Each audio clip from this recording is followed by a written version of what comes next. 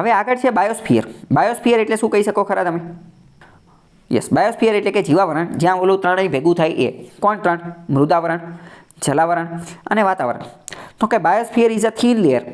એ પાતળું લેયર, પાતળું પડ છે. કોનું? સોઇલ એટલે કે માટી, રોક એટલે કે પથ્થર, વોટર એટલે કે પાણી અને એર એટલે કે હવાનું. અને આ એક એવી જગ્યા છે કે જ્યાં બાયોટિક અને એબાયોટિક બંને પ્રકારના કમ્પોનન્ટ જોવા મળતા હોય, એને બાયોસ્ફિયર કહેવામાં આવે છે. નીચે આપેલું છે કે ecosystem is a functional unit of nature. Ecosystem A functional unit છે. આ કીવર્ડ યાદ રાખજો કે functional unit of nature is ecosystem. અને આની અંદર બાયોટિક ફેક્ટર અને એબાયોટિક ફેક્ટર બંને હોય. અને એવી જગ્યા કે જ્યાં બાયોટિક ફેક્ટર અને એબાયોટિક ફેક્ટર બંનેની વચ્ચે ઇન્ટરેક્શન થતું હોય, અરસપરસ વ્યવહાર થતો હોય, તો એ જગ્યાને પણ ઇકોસિસ્ટમ કહેવામાં આવે છે.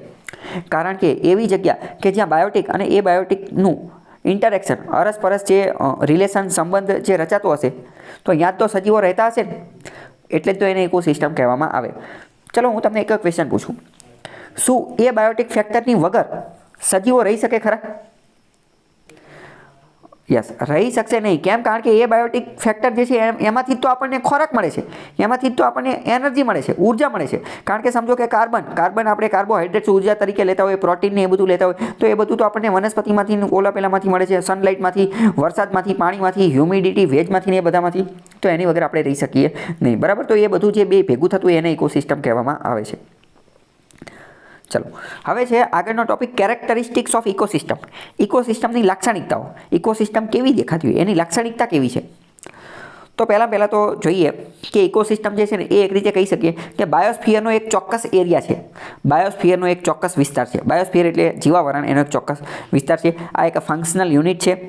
ઇકોસિસ્ટમની અંદર એની ખુદની પ્રોડક્ટિવિટી હોય, એની ખુદની જે છે એ પ્રોડક્ટિવિટી હોય. એક ઓપન સિસ્ટમ છે. એક કન્ટિન્યુઅસ ઇનપુટ અને આઉટપુટ એનર્જી સબસ્ટાન્સીસ છે. આનો મતલબ શું? આનો મતલબ એમ કે ઇકોસિસ્ટમ એક એવી વ્યવસ્થા છે કે જેની અંદર એનર્જી એટલે કે ઉર્જા જે છે એનું અરસપરસ આપ લે થતી હોય.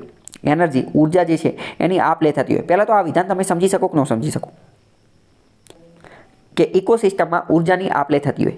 તમે સમજી શકતા નથી. બરાબર? તો આપણે જોઈએ કે ઉર્જાની આપ લે કઈ રીતે થતી હોય. આપણે એનર્જીનો પિરામિડ જોયેલો હતો.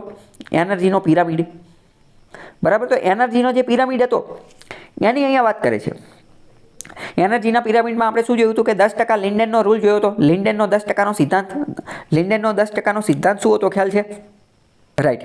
એનો સિદ્ધાંત એવો હતો કે ઉપરથી નીચે આવતા એનર્જી, ઉર્જા જે છે એ ઘટતી જશે. એનો ખાલી 10% ભાગ જ ટ્રાન્સફર થશે. બરાબર? સૂર્યમાંથી જે ઉર્જા આવે છે એનો 10% ભાગ જ વનસ્પતિ લઈ શકશે. વનસ્પતિની જે ઉર્જા જે છે, તો હરણ વનસ્પતિને ખાશે તો હરણમાં 10% ભાગ જ જશે. હરણને સિંહ ખાશે તો સિંહમાં 10% ભાગ જ જશે. બરાબર? તો આ શું થયું? આ એનર્જીનો ફ્લો સેટ થયો ને, ઉર્જાની આપ લે થઈ. તો એ ક્યાં થાય છે? એ એક ઇકોસિસ્ટમની અંદર જ તો થાય છે ને.